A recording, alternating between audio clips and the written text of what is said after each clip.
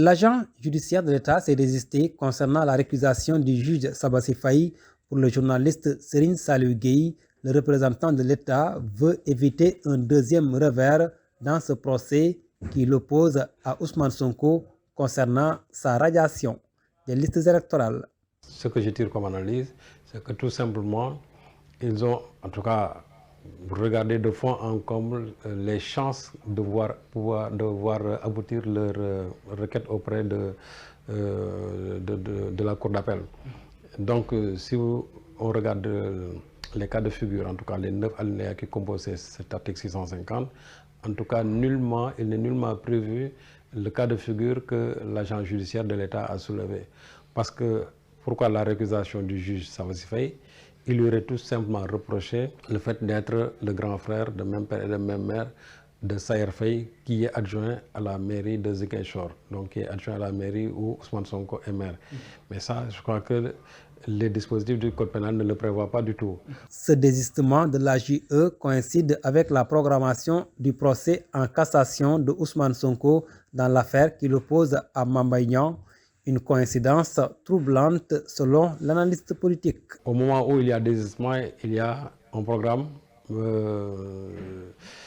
comment dirais-je, le pourvoi en cassation de Sonko, bien sûr devant la Cour concernant l'affaire Mame Mbaye Niang.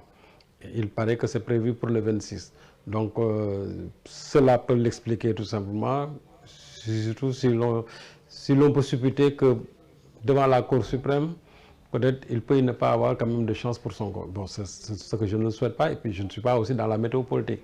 Mais quand je parle aussi, je me fie sur une certaine jurisprudence, parce qu'on a vu les conditions dans lesquelles le procès de Mame Mbaye Niang contre Ousmane, en tout cas contre Ousmane Sonko s'est passé.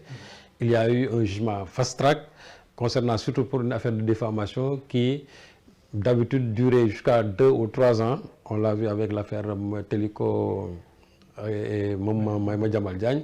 À l'image du juge Sabassi Faye, une marge de confiance est tout de même accordée à la justice. Aujourd'hui, si on programme bien sûr pour le 26 le pourvoi en cassation, c'est que tout simplement que l'État veut en finir avec vraiment Ousmane Sonko politiquement. Mais ce que je disais tout à l'heure, c'est que je crois que les juges aussi, on les laisse, en tout cas ceux qui doivent s'occuper de ce dossier-là, on les laisse juger avec leur intime conviction. Et moi, vraiment ce que je pense, même si je peux émettre des doutes, je pense que c'est le droit quand même qui va triompher. Donc tant qu'on y est, comme on l'a fait avec le juge Sabassi Faye, comme on l'avait fait aussi vraiment au niveau de la Cour suprême avec l'intervention de la procureure générale Marième Diop Gueye, nous pensons humblement aussi que le 26, le droit va être tout simplement dit et que les juges qui auront en charge de ce dossier-là vont puiser dans leur intime conviction. Le juge Sabassi Faye avait ordonné la réintégration de Ousmane Sonko sur les listes électorales, une décision de justice qui avait provoqué la colère de l'agent judiciaire de l'État et la satisfaction des partisans du maire de Ziguinchor.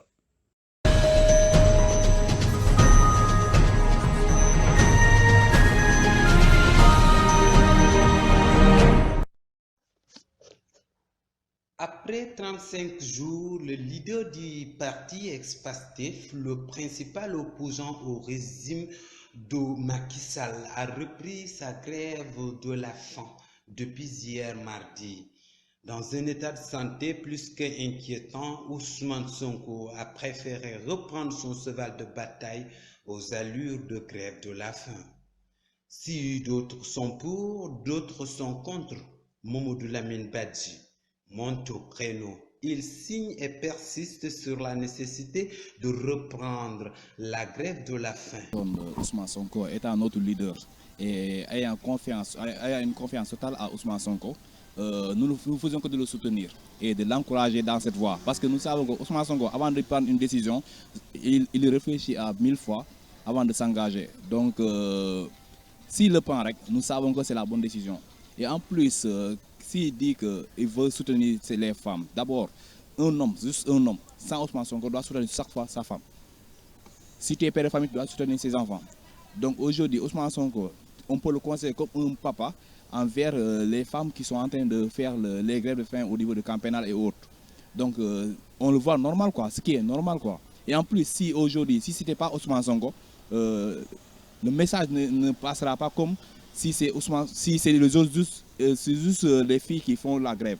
Donc c'est normal qu'aujourd'hui qu'il met son grain de sel au moins pour que le message puisse passer comme il faut. Oui, monsieur, en fait, Ousmane Sonko nous a dit, dans ce combat, on peut tout y laisser. On peut même y laisser notre vie.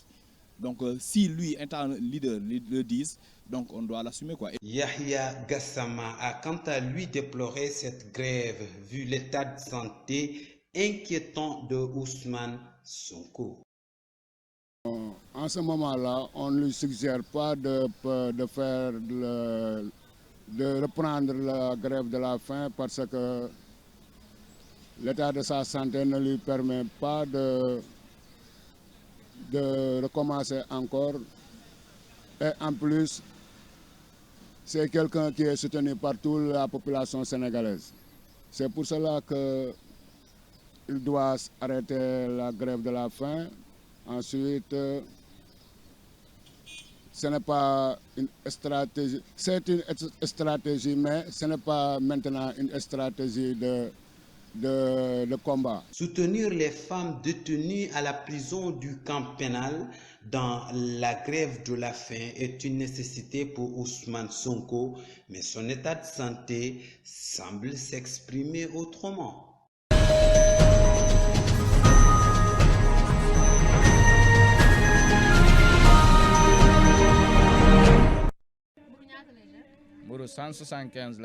Les boulangers du Sénégal ont entamé une grève de 3 jours pour obtenir une augmentation du prix de vente de la baguette. La baguette de pain, qui est à 175 francs, ne leur permet pas de gagner décemment leur vie. Cependant, le ministre du Commerce, Abdou Karim Fofana, est aussi sorti hier pour dire non à cette requête. Les boulangers négocient autour d'une table. Parce que aussi, toute entreprise veut travailler en faisant des bénéfices. Mais on ne travaille pas à perte. La meilleure solution, c'est de s'asseoir autour d'une table et chacun sort ses arguments. On va faire une analyse. Si il a raison d'augmenter, on augmente. S'il n'a pas raison, on n'augmente pas. Personne ne veut travailler à perte. C'est normal que les boulangers veulent augmenter le prix de la baguette de pain parce que l'électricité est trop chère. C'est à l'État de diminuer les taxes pour soulager les consommateurs. Pour régler le problème du pain, c'est très simple. Le ministre du Commerce doit diminuer les taxes. De ce fait, les boulangers pourront bénéficier d'une diminution à leur tour. Mais il faut qu'il atténue d'abord les taxes. De ce fait, à la boulangerie, ça sera moins cher pour les clients. La population est très fatiguée. Elle souffre vraiment, car tout est cher dans ce pays. Et nous, les pauvres, on est victimes de tout ceci. Mais l'État ne fait pas son travail correctement, car s'il le faisait, on n'aurait pas toutes ces difficultés. Il faut qu'il mette tous les moyens pour résoudre les problèmes des Sénégalais. Pour Pierre Célestin, l'État doit aider les populations à améliorer leurs conditions de vie. De regarder tous les côtés, de contrôler, de donner que les contrôleurs économiques de venir, de rentrer dans la population, de vérifier est-ce que c'est la vérité. C'est la vérité. Parce qu'ils ont dit que les pains sont augmentés et le ministre a démenti. Le bras de fer continue entre les boulangers et l'autorité. Le prix du pain va-t-il continuer à hausser? Un dialogue s'impose.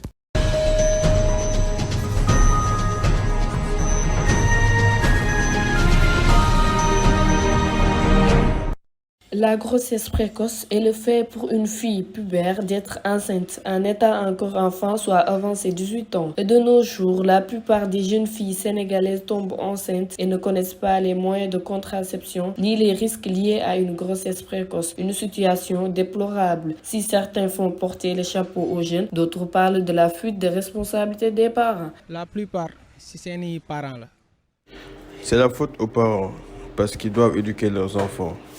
Depuis le bas âge, beaucoup d'enfants de 12 à 13 ans ont des téléphones portables et les manipulent jusqu'à minuit, 1 heure du matin, sachant qu'ils ont cours le lendemain, ce qui est anormal.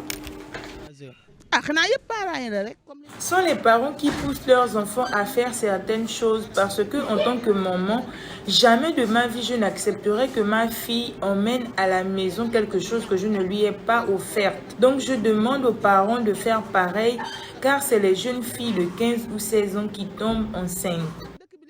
Pour bon nombre d'adultes rencontrés, les jeunes ont un problème d'éducation, mais aussi ils sont devenus futés et cachotiers. Les enfants d'aujourd'hui sont trop capables. Ils n'ont peur de rien. Les filles tombent enceintes comme elles veulent. Et c'est pas normal. Elles sont dans les écoles. Au lieu d'étudier, elles font autre chose. Vraiment, c'est déplorable la génération d'aujourd'hui.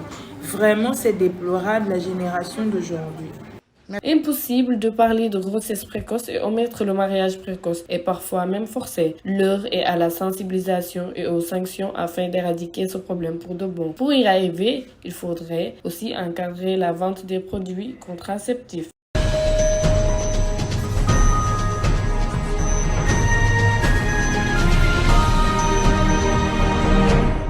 Le phénomène de l'abus sexuel chez les enfants de la rue prend de l'ampleur au Sénégal.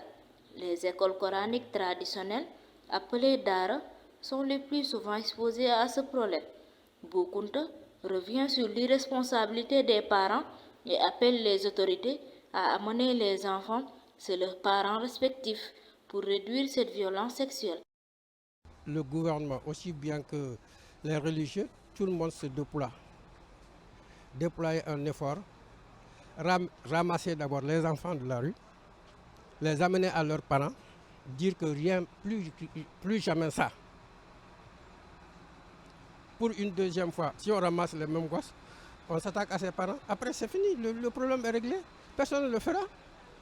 Mais s'il faut mettre un enfant au monde et laisser à la portée de quelqu'un qui est sous un hangar là, pour dire qu'ils vont apprendre. La preuve en est que quand tu prends quelqu'un dans la rue, tu dis de réciter le premier verset du Coran, il ne te le dira pas.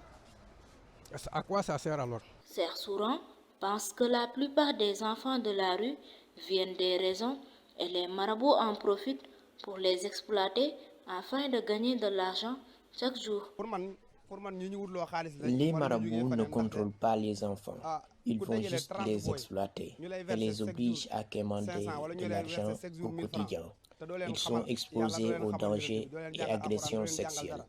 Ils n'ont même pas le temps d'apprendre et traînent tout le temps dans les rues. Baba préconise des solutions et appelle tous les parents à prendre leurs responsabilités en inscrivant leurs enfants dans des meilleures écoles. La responsabilité est comme aux parents. Chaque parent doit assurer l'éducation et la sécurité de son enfant. Les enfants doivent être inscrits dans les meilleures écoles afin de freiner l'abus sexuel. L'abus sexuel chez les enfants demeure un problème majeur au Sénégal. Le gouvernement doit envisager des mesures et sanctions pour réduire le taux de viol et l'abus sexuel des enfants.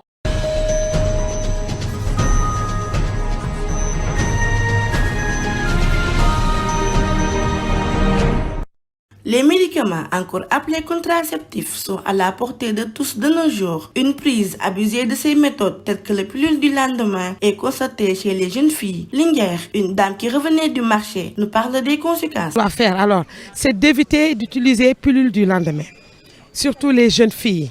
En fait, je ne veux pas dire gros mots, mais tout le monde connaît que les grossesses, les jeunes filles en milieu scolaire, vont porter ces genres de grossesse. Alors, pour ne pas tomber en état, ils vont faire tout, les jeunes filles vont faire tout de ne pas tomber en état, alors d'utiliser les pilules du lendemain. Et je dis que ce n'est pas bien. Sakhir Mbaye, un menuisier trouvé à son lieu de travail, privilège l'abstinence. À mon avis, la meilleure réponse à cette question, c'est de s'abstenir, surtout des maladies transmissibles et des grossesses précoces. Ramagay, une vendeuse de poissons, donne des conseils aux jeunes filles. Les jeunes filles doivent rester auprès de leurs parents jusqu'à ce qu'elles aient un mari. Travailler si elles n'étudient pas, c'est mieux. Au lieu de vadrouiller partout dans les rues, s'abstenir et avoir de l'ambition. C'est dans cette logique que l'Agence nationale du médicament annonce une rupture de certaines contraceptions, une situation qui inquiète plus d'un.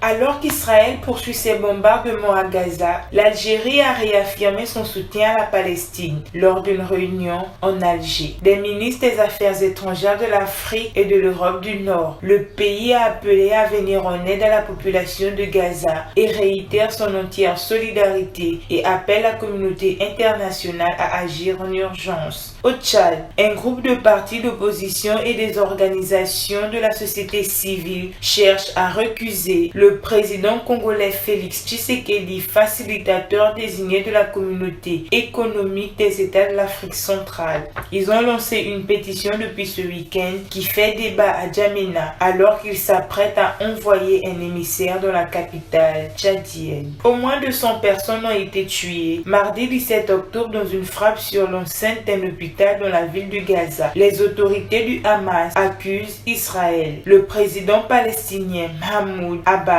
a dénoncé un massacre et a décrété 3 jours de deuil national. Ce drame est survenu quelques heures avant la visite de Joe Biden en Israël.